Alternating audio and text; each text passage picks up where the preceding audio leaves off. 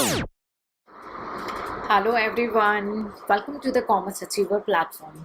आज इस वीडियो के थ्रू हम कंटिन्यू कर रहे हैं अपने ऑर्गेनाइजेशन थ्योरी की लर्निंग। और आज जो हम एक नया चैप्टर स्टार्ट करेंगे, एक्सटर्नल एनवायरनमेंट ऑफ ऑर्गेनाइजेशन। कहीं कहीं पे सिर्फ स्पेसिफिकली डिफिनीशंस में ये गिवन होता है कि एनवायरनमेंट ऑफ द ऑर्गेनाइजेशन आपके सिलेबस का पार्ट होता है, and most of the places we found is external environment of the organisation. ठीक है, तो सेम काफ़ी थ्योरीज हैं, काफ़ी थ्योरी पढ़ने को भी मिलेंगी, हम उसको इंटरेस्टिंग बनाएंगे। ठीक है, तो आज जो इस वीडियो के थ्रू अभी हम कवर करेंगे, एक तो बेसिक इंट्रोडक्शन की इन्वायरमेंट क्या होता है, इंटरनल इन्वायरमेंट क्या है, एक्सटर्नल इन्वायरमेंट क्या है। ठीक है, और उसके अलावा इन्वायरमेंट के सेक्टर्स जो डाफ्ट ने मेंशन किए हैं उसको भी हम इस वीडियो में सेम वीडियो में डिस्कस करेंगे। ठीक है, सो स्टे ट्यून। तो चलिए हम पहले स्टडी करते हैं इंट्रोडक्शन, यानी इन्वायरमेंट में बेसिक जो बातें हैं हम एक बार उसको डिस्कस कर लेते हैं। तो ऑर्गेनाइजेशन है, तो ऑर्गेनाइजेशन में दो तरीके के इन्वायरमेंट ऑर्गेनाइजेशन फेस करते हैं, एक होता है इंटरनल, दूसरा होता है एक्सटर्नल।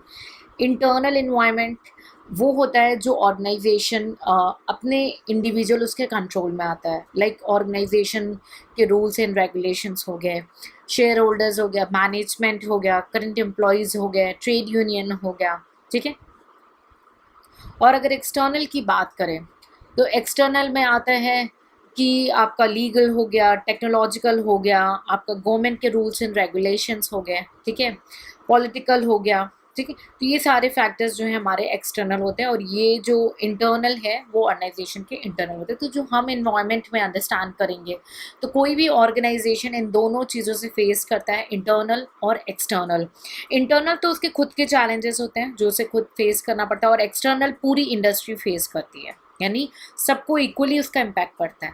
अगर ऑर्गेनाइजेशन एडेप्टिव है, डायनेमिक है, खुद को जल्दी से एडजस्ट कर लेता है, तो वो स्वॉट एनालिसिस यानी स्ट्रेंथ और वीकनेस, अपॉर्चुनिटी और थ्रेट्स, इसको फ्यूचर में हम डिस्कस और डिटेल में करेंगे। इसकी एनालिसिस की मदद से ये खुद को फाइट करके भी मार्केट में स्टैंड कर सकता है और ग्रो कर सकता है। तो देखिए, हर ऑर्गेनाइजेशन छोटी हो या बड़ी हो, दोनों को दोनों एनवायरनमेंट से फेस करना होता है, और दोनों ऑर्गेनाइजेशन को अकॉर्डिंगली इंडस्ट्री में सर्वाइव करने के लिए, मार्केट में स्टैंड करने के लिए इन चैलेंजेस को फेस होना पड़ता है। ठीक है, तो बहुत सारे जो स्कॉलर्स हैं, हमने आपको ऑलरेडी एक्सप्लेन किया हुआ था कि हम रिसर्चर्स एंड स्कॉलर्स के ही थिंग्स को कंसिडर कर रहे हैं इस बार, ताकि आपके आंसर सारे क्वालिटी रहें। ठीक है, सो मैक्सिमम स्कॉलर्स ने जो है इंटरनल और एक्सटर्नल की डिफिनीशन में इन्वायरमेंट को डिस्कस किया है। हमने आपको बता दिया क्या है इंटरनल इन्वायरमेंट और क्या है एक्सटर्नल इन्वायरमेंट। तो हमारा जो एक्सटर्नल इन्वायरमेंट है उसके दो लेयर्स होते हैं, एक होता है टास्क और दूसरा होता है जनरल। ठीक है, तो दो लेयर्स में जो है इन्वायरमेंट हमारा जो है डिवाइडेड होता है। लेकिन इन लेयर्स को अंडरस्टैंड करने से पहले और डिटेल में इनकी स्टडी करने से पहले हम देखेंगे डाफ्ट ने कौन से 10 सेक्टर्स के बारे में बात करी है जो कि एक ऑर्गेनाइजेशन को इम्पैक्ट करता है। डाफ्ट ये बताते हैं कि कोई भी ऑर्गेनाइजेशन है, उन्हें उनके बताए हुए 10 जो फैक्टर्स हैं, 10 जो एरियाज हैं, 10 जो सेक्टर्स हैं, वो इम्पैक्ट करती है हर पर्टिकुलर ऑर्गेनाइजेशन को। तो वो 10 फैक्टर्स क्या हैं, चलिए देखते हैं। उन्होंने बोला इंडस्ट्री, वो किस इंडस्ट्री में काम कर रहे हैं उस हिसाब से उनका एनवायरनमेंट वेरी कर जाएगा। रॉ मटेरियल, क्या ये रॉ मटेरियल यूज़ करते हैं, मार्केट में कितना अवेलेबल है, कॉम्पिटिटर्स का क्या प्रपोर्शन है। तो रॉ मटेरियल भी किसी भी इंडस्ट्री ऑर्गेनाइजेशन को इम्पैक्ट करता है। ह्यूमन रिसोर्स, तो हम बार बार आपको समझा रहे हैं कि एचआर बहुत ज़्यादा इंपॉर्टेंट फैक्टर है किसी भी ऑर्गेनाइजेशन के सर्वाइवल के लिए। फाइनेंशियल रिसोर्स यानी फंडिंग, आपके पास पैसा कितना है, आपको फंडिंग कितनी हो जा रही है, आप बाकी उसका फाइनेंस का रोटेशन कैसे करते हैं, वो इम्पैक्ट करेगा।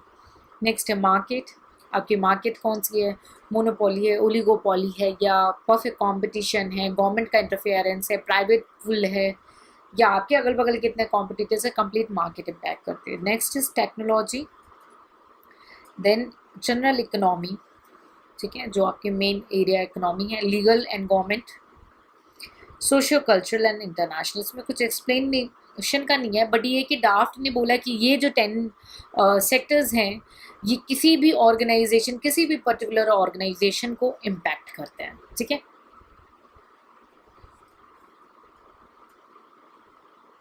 अब ये सारे जो सेक्टर्स हैं अगर हम इनको देखें तो ये भी दो पार्ट में डिवाइडेड हो जाते हैं, इनके भी दो बेसिक कंपोनेंट होते हैं। एक होते हैं जनरल, मैं इसको डिटेल में बताऊंगी आपको।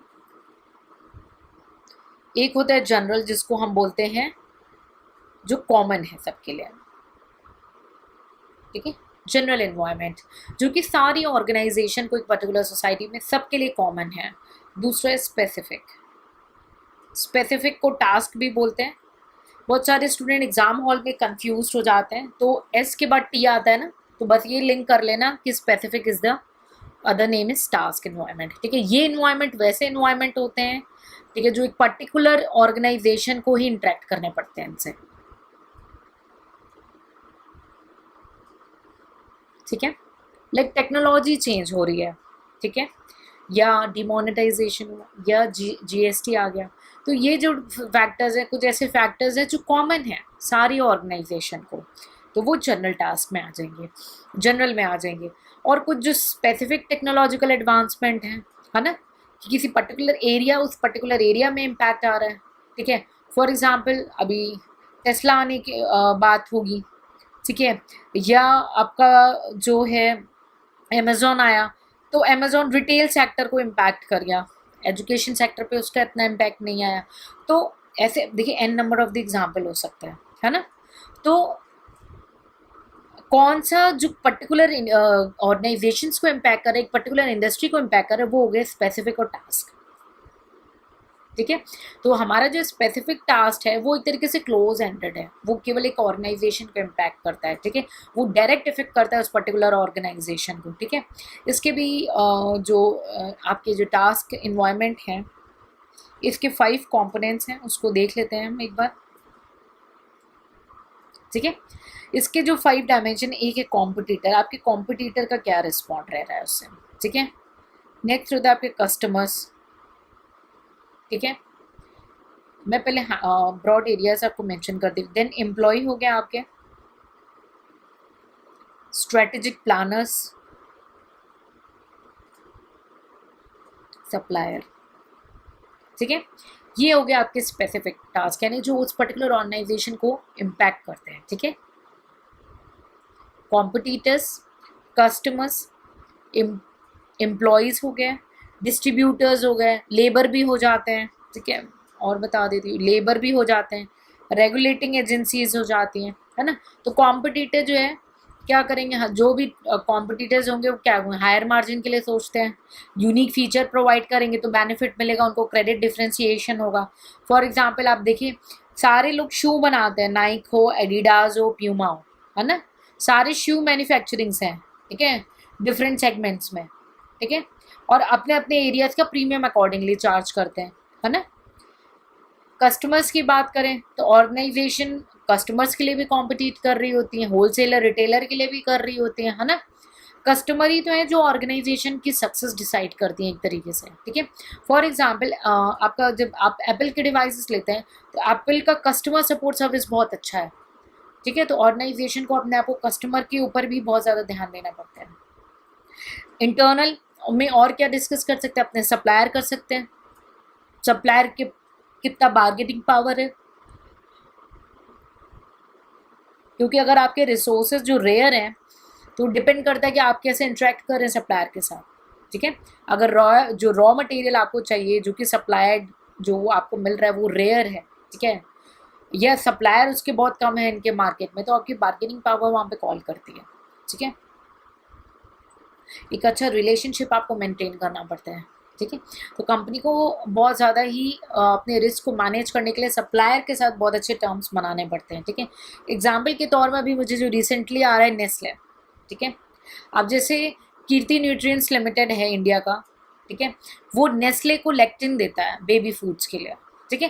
तो अगर उससे ही उसको मिलता है लेक्टिन बेबी फूड बनाने के लिए नेस्ले को, अगर ख़राब कर देगा रिलेशनशिप तो उसको फाइट करनी पड़ेगी, है ना। और अगर हम देखिए नेक्स्ट जो हमारा स्पेसिफिक टास्क है वो है डिस्ट्रीब्यूटर, डिस्ट्रीब्यूटर भी भाई, इंटरमीडियरी जो है होलसेलर रिटेलर, वो डिस्ट्रीब्यूटर भी तो बहुत ज़्यादा मायने रखते हैं, है ना। लेबर जो काम कर रहे हैं, ट्रेड यूनियन से इंट्रैक्शन होगा मैनेजमेंट का, वेजेस फिक्स्ड होंगे, आपका फाइनेंस वैसे फिक्स्ड होगा, लॉकआउट स्ट्राइक घिराव सारी चीज़ें इम्पैक्ट करती है ऑर्गेनाइजेशन के इम्पैक्ट को, ठीक है। रेगुलेटिंग एजेंसी है, कोई सेंट्रल ने कोई पर्टिकुलर स्टेट ने कोई रेगुलेशंस निकाल दिए, वो भी इम्पैक्ट करते हैं, ठीक है। तो ये हो गए हमारे स्पेसिफिक यानी टास्क रिलेटेड। एक बार मैं आपको स्क्रीन पहले मैं एक्सप्लेन कर दूं। ओके रब हो गया, चलिए कोई नहीं। एक बार एक्सप्लेन करती हूँ, then I will share the screen. Okay भाई, वीडियो सारे रिवीजन इसलिए हो रहे हैं आप लोग की स्क्रीन शेयरिंग की वजह से कि इतने सारे बच्चे जब भी बोल देते हैं कि बुक का इश्यूज़ हो रहा है हमें। ओके, तो ये हो गया हमारे स्पेसिफिक, और एस के बाद क्या होता है टी यानी टास्क। तो ये हो गया स्पेसिफिक इन्वायरमेंट के फैक्टर्स। जनरल इन्वायरमेंट क्या है, ये नॉन स्पेसिफिक हुए, है ना। मेगा हुए, अदर नेम क्या दे सकते हैं, मेगा हुए, है ना, जो कि आपके ऑर्गेनाइजेशन को इम्पैक्ट करते हैं, मेगा इन्वायरमेंट, ठीक है, जो कि ब्रॉड ट्रेंड्स हैं, ठीक है। इसके भी 5 डायमेंशंस हैं। आपका इकोनॉमिक, ठीक है, मैं इसका एक शॉर्टकट बता दूं, उससे डिस्कस कर लेंगे। स्पाइट, ठीक है, स्पाइट यानी सोशियो कल्चरल, पॉलिटिकल, लीगल, ठीक है, इंटरनेशनल, टेक्नोलॉजिकल एंड इकोनॉमिक। तो ये सारे जो फैक्टर्स हैं ये सारी ऑर्गेनाइजेशंस को इम्पैक्ट करते हैं। टेक्नोलॉजिकल क्या है, अगर करंट स्टेट ऑफ नॉलेज आप करंट तरीके से बना रहे हैं और एडवांसमेंट आ गई और आपने उसको ऑप्ट नहीं किया तो आपकी प्रोडक्शन कम हो जाएगी, है ना। तो टेक्नोलॉजी भी जो है पॉजिटिवली निगेटिवली इम्पैक्ट करती है किसी भी पर्टिकुलर ऑर्गेनाइजेशन को, ठीक है। एक अब जैसे जीएसटी है, आपने अगर कोई एक्सेल या टैली वगैरह आ गया है तो आप उसमें ऑटोमेटिकली डाटास को फीड करके बहुत इजीली निकाल लेते हो डाटा को। लेकिन यही आप पुराने ज़माने की तरीके से रजिस्टर मेंटेन करोगे तो आपको कुछ सर्च करना हो तो सारे पन्ने पलटने पड़ेंगे। तो टेक्नोलॉजी के साथ, एडवांसमेंट के साथ आपको चेंज होना पड़ता है, ठीक है। नेक्स्ट है आपका इकोनॉमिक फैक्टर, ठीक है। इकोनॉमिक फैक्टर में क्या होता है भाई, ये भी इम्पैक्ट करता है ऑर्गेनाइजेशन को, पर कैपिटा इनकम कितनी हो रही है ना। फिर उसके बाद डिमांड क्या है, सप्लाई क्या है ना। अब इकोनॉमिक फैक्टर में अगर हम रीसेंट एग्जांपल देखें तो जीएसटी इम्प्लीकेशन हो गया, है ना। और अगर हम सेक्टर वाइज देख के चलें तो भाई जब लॉ बनते हैं किसी पर्टिकुलर सेक्टर के लिए तो उस पर्टिकुलर सेक्टर को इम्पैक्ट करता है, और जीएसटी ऐसा है जो सारे सेक्टर को इम्पैक्ट किया है, ठीक है। लीगल पॉलिटिकल, कौन सी पॉलिटिकल एजेंडी है, ठीक है। ये लीगल और जो गवर्नमेंटल सिस्टम है जिसमें ऑर्गेनाइजेशन फंक्शन करता है वो भी बहुत ज़्यादा इम्पैक्ट है कि फेडरल है, स्टेट है, लोकल गवर्नमेंट में रेगुलेशंस क्या है ना। ये पूरे परफॉर्मेंस पे इम्पैक्ट करता है, ठीक है। लाइक कमर्शियल लॉ है, कहीं का लेबर लॉ क्या है ना। ये सारे जो लेजिस्लेशन है ये बिजनेस को जो लॉ बनते हैं वो इम्पैक्ट करते हैं, ठीक है। सोशियो कल्चरल यानी बिलीफ, आपका विश्वास, नॉर्म्स एंड कस्टम। आपको अगर याद हो तो मैकडोनल्ड जो है वो वेज बर्गर इंडिया में सर्व करता है और यूएसए में नॉन वेज सर्व करता है। रिसेंटली अभी न्यू अनाउंसमेंट हुई है कि वो प्लान कर रहा है कि वेज बर्गर भी यूएसए में करेगा in future time. But currently क्या है, वेज बर्गर ही इंडिया में चलते हैं और बाकी अदर एरियाज में नॉन वेज चलते हैं। ऐसा क्यों? क्योंकि इंडिया में वेज का ट्रेंड है, बिलीफ सिस्टम है, सोसाइटल बिलीफ है वहाँ पे, ठीक है। सो सोशल कल्चरल इन्वायरमेंट भी बहुत ज़्यादा ही बिजनेस को, उसके डिसीजन मेकिंग को इम्पैक्ट करते हैं। तो आपके जो न्यूज़ व्यूज़ के पार्ट है ना, ये ब्रॉड हेडलाइन ही कई बार आपके काम आ जाएंगी, तो उसके लिए कहीं सेपरेटली जाने की ज़रूरत नहीं है। जैसे मैंने आपको यहाँ पे बताया, अब आपको एक आइडिया लगे कि आंसर राइटिंग आपको करनी है तो आपको ऐसे मेंशन करना है, राइट। तो आप क्या करेंगे, हम जो न्यूज़ के ब्रॉड्स आपको शेयर करते हैं ना, वीकेंड में एक साथ देख लो। कई बार हम इन बिटवीन दे देते हैं क्योंकि न्यूज़ के कंटेंट ज़्यादा होते हैं, कई बार हम वीकेंड में देते हैं। तो मैं स्टूडेंट को यही सजेस्ट करती हूँ, पूरा टाइम ना देखने से अच्छा एक वीकेंड अपना फिक्स कर दो, सैटरडेज और संडे। आप उस दिन बैठ करके पूरे वीक में अगर कुछ शेयर हुआ है या उस दिन में कुछ भी शेयर हुआ आप उसको कवर अप कर लो, ठीक है। तो ये हो गया आपके social cultural impact. International impact भी काफ़ी ज़्यादा फ़र्क करते हैं, है ना, बाकी सोशल कल्चरल एरिया के अलावा कि दूसरी कंट्री क्या कर रही है, ठीक है। लाइक डॉलर में थोड़ा चेंज आ जाएगा तब बहुत ज़्यादा इम्पैक्ट आ जाता है। ऑयल जो है, डिसइंटीग्रेशन ऑफ यूएसएसआर, बहुत सारे एग्जाम्पल्स हैं जो कि आप देख सकते हैं कि कैसे इंटरनेशनल ऑर्गेनाइजेशन, इंटरनेशनल इम्पैक्ट भी जो है कोई ऑर्गेनाइजेशन को चलाने में इम्पैक्ट करता है, ठीक है। सो कोई भी ऑर्गेनाइजेशन है वो एक ओपन सिस्टम है, एक्सटर्नल एनवायरनमेंट से उसको रेगुलरली प्रोसेस की तरह काम करना पड़ता है। और भाई ऑर्गेनाइजेशन को अपनी कॉर्पोरेट रिस्पॉन्सिबिलिटी भी फुलफिल करनी है, तो सारी चीज़ को से बैलेंस लेके चलना पड़ता है। ठीक है, तो पहले मैं इसका स्क्रीन शेयर करूँगी, उसके बाद एक इम्पॉर्टेंट आपको और चीज़ बताऊँगी कि ये तो हमने कंपोनेंट्स डिस्कस किए हैं एक्सटर्नल के। इसके बाद हम डिस्कस कर लेंगे टाइप्स ऑफ एक्सटर्नल एनवायरनमेंट, एक ब्रीफ ओवरव्यू कि आपके नॉलेज में कहीं ये वर्ड इन बिटवीन क्वेश्चन में पूछ लिया जाए तो आप घबरा ना जाए, इसलिए वो एक ओवरव्यू में आपके डालना चाहते हैं। ठीक है, क्योंकि एनवायरनमेंट का सिलेबस है। क्लियर है? ओके, सो ये आपको हो गया डाफ्ट ने जो 10 सेक्टर्स डिस्कस किए हैं, ये कंपोनेंट्स हैं।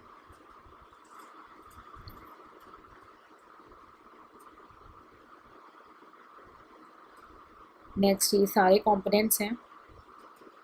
देखिए मैंने एग्जांपल्स कुछ कोट किए, बट आपसे रिक्वेस्ट है आप अगर करंट न्यूज़ अपडेट करोगे ना तो वो ज़्यादा बेटर होगा। इन केस आपको नहीं याद आता तो आप ये यूज़ करो, कोई हार्ड एंड फास्ट रूल नहीं है, बट करंट करोगे तो ज़्यादा अच्छा होगा। ठीक है, नहीं भी करोगे, आपने पुराने एग्जाम्पल ले ले तो भी इम्पैक्ट कर जाए। भाई पुरानी न्यूज़ भी है, कम से कम आप कॉन्सेप्ट समझ रहे हो, एग्जामिनर को देखना है आपकी नॉलेज, है ना।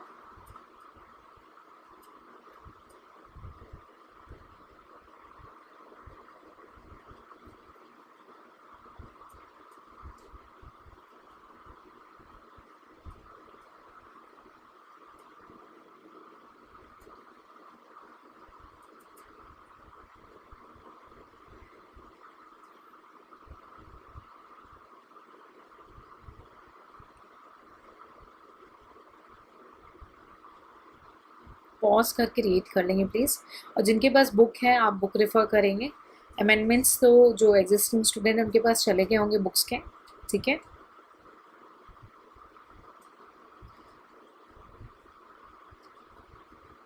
जिन बच्चों के पास फिजिकल कॉपी है उनको बोला था टोकन मनी देकर के आप पीडीएफ वर्जन ले लें। पीडीएफ वर्जन में बेनिफिट ये होगा कि न्यूज़ अपडेट्स आपको मिल जाएंगे क्विकली। ठीक है,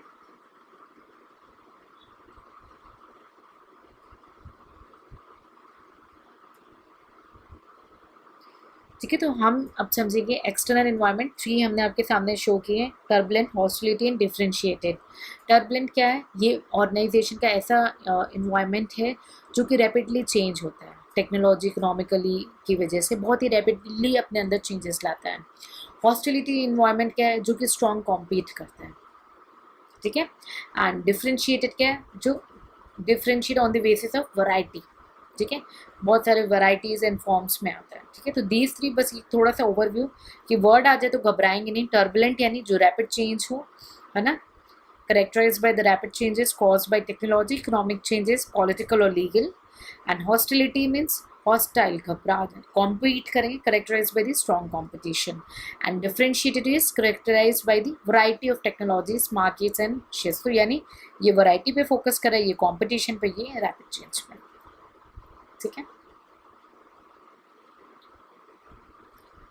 okay, so with this we closed up with the basic introduction कि इन्वायरमेंट क्या होता है और इंटरनल क्या है, एक्सटर्नल क्या है, ये जनरल और स्पेसिफिक क्या है। और आई होप आपको याद होगी कई चीज़ें। ठीक है, एग्जांपल्स भी आपने मैं इसलिए नोट्स भी ऐसे प्रोवाइड करूँ कि आपके आंसर राइटिंग प्रैक्टिस के भी आपकी ब्रीफ जो है एक फ्रेमवर्क आपके माइंड में सेट हो जाए। ठीक है, तो I hope it's all clear with you. In case of any doubt, feel free to ask in a comment section. Take care. See you in the next session.